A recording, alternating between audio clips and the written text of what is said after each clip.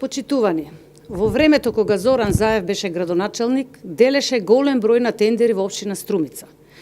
Фирмите на Заеви преку сомнителни сделки купуваа удели во текстилни гиганти за багателни суми од 20.000 евра.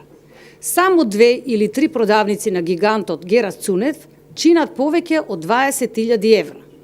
Една гарсонјера во Скопје чини повеќе од четвртина удел во комбинатот Герас Цунев.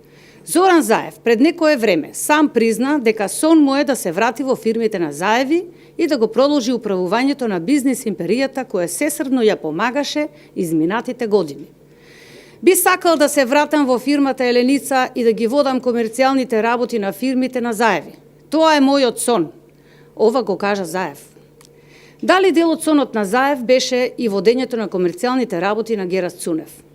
Целта на Заев е да овозможи што е можно поголемо ширење на бизнисите на своите роднини, па веднаш после падот од власт да има што е можно повеќе фирми за водење.